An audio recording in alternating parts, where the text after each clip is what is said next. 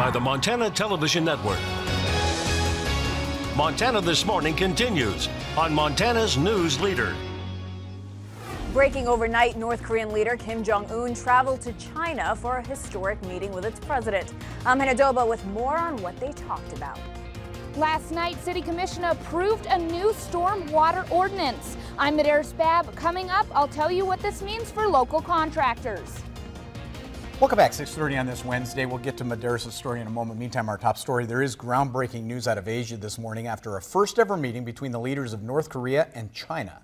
That's right. Now, this was the first known trip Kim Jong-un has made out of the country since he became leader of North Korea in 2011. CBS's news correspondent Hannah Doba reports from New York on the unofficial visit.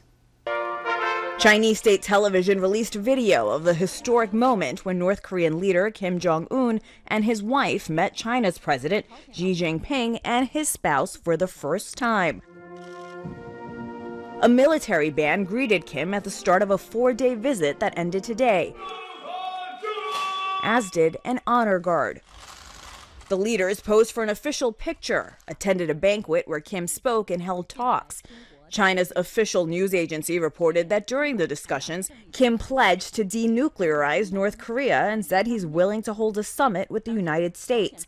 A meeting between Kim and President Trump is planned for May, but this is the first time he has spoken publicly about it. Some experts in the region say the potential talks between the U.S. and North Korea may have motivated China to act. I think Beijing probably wanted to make sure that it didn't get sidelined in the bilateral conversation between Washington and Pyongyang, and they wanted to send a message that they are North Korea's most important relationship. White House spokeswoman Sarah Sanders released a statement about the visit that says the United States remains in close contact with our allies, South Korea and Japan. We see this development as further evidence that our campaign of maximum pressure is creating the appropriate atmosphere for dialogue with North Korea.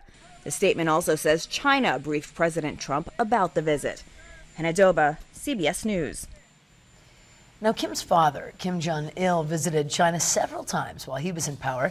His visits were also kept secret until he had already left the country. Made that trip to China, we're told, by train. Yeah. Slow-moving train, by the way, too. Interesting. So very interesting. Wow. Good day to travel by train. Yeah. Because it's wet enough outside, you're not going to have to worry about rolling the windows down or anything. Temperatures are a little cool, and I do have some concerns with maybe some ice on a few of the area roadways. We've had rain, we've had snow, we've had grapple. Dippin' Dot snow, as you called it. That's very accurate, by the way. It is, yeah. It does look like we're going to see a few isolated snow showers throughout the morning. We still have some winter weather advisories out, although I think the bulk of the concern for travel is going to be really early in the morning, mainly due to ice. Temperature right now sitting at 33 at Bozeman Yellowstone International Airport. You can see the snow's let up. There may be some patchy fog in a few areas as we deal with some light wind. Temperature staying below average again today and probably through the weekend. We'll, of course, break down your complete forecast in just a few minutes. Thank you, Matt. Now 6:33 on this Wednesday. A Bozeman woman who led police on a high-speed chase on Interstate 90 earlier this month appeared yesterday in district court on warrants related to drug charges from October of last year. Caitlin Reilman pleaded not guilty to the charges. Reilman had failed to appear for an earlier court date and had warrants outstanding when she was arrested on March 13th. In the latest incident, Reilman took off after a traffic stop on Interstate 90 led MHP troopers on a high-speed chase, reaching speeds of 130 miles per hour, swerving around other vehicles on the freeway. Her car went off the road just east of Manhattan, got stuck in a field. Reilman then took off on foot, but troopers were able to track her down and take her into custody. They later found methamphetamine in her possession. Judge set Reilman's bail at $20,000 for the drug charges. And the property in Uptown Butte that is marked to be the new location for the homeless shelter still has to clear a couple of hurdles before that can happen. The Butte Rescue Mission has to change language on the deed concerning Burlington Northern's Santa Fe Railroad because the railroad's property encroaches on the land on East Platinum Street where the mission plans to set up the new shelter.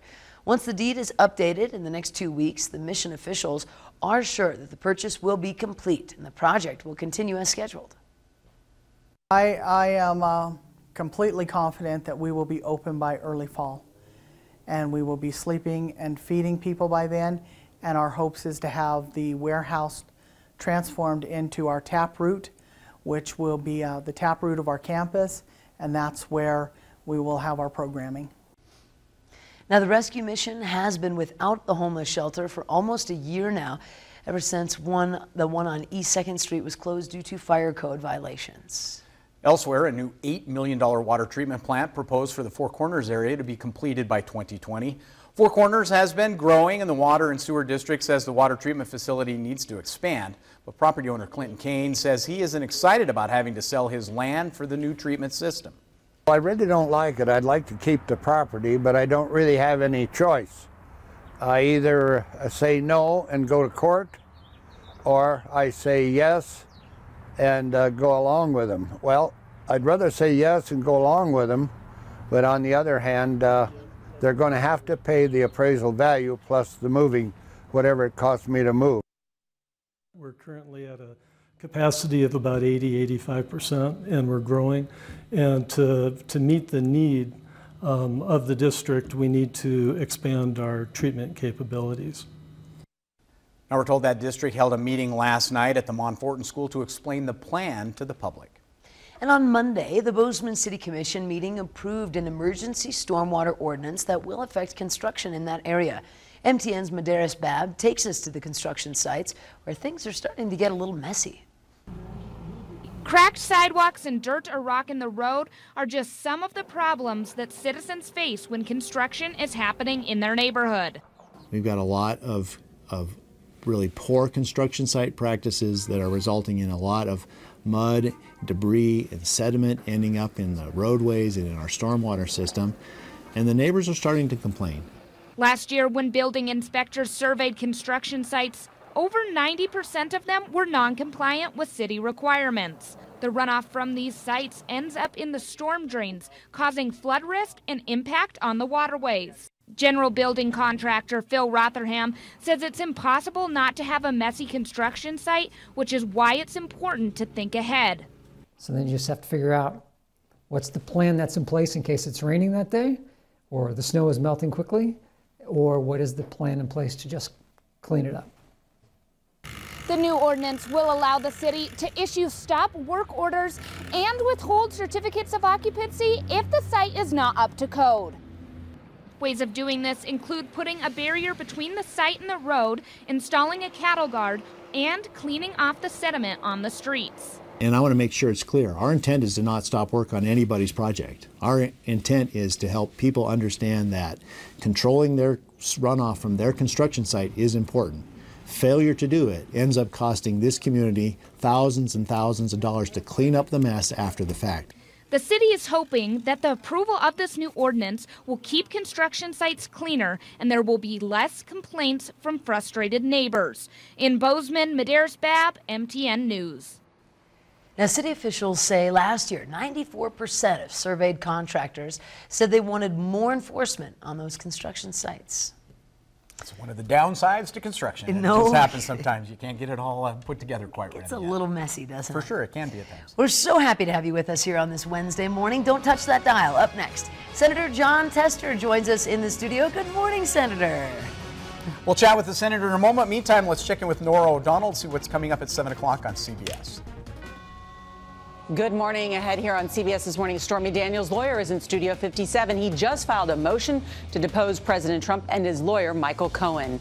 And we went to Austin to find out how jewelry designer Kendra Scott created a $1 billion empire. We'll see you right at 7.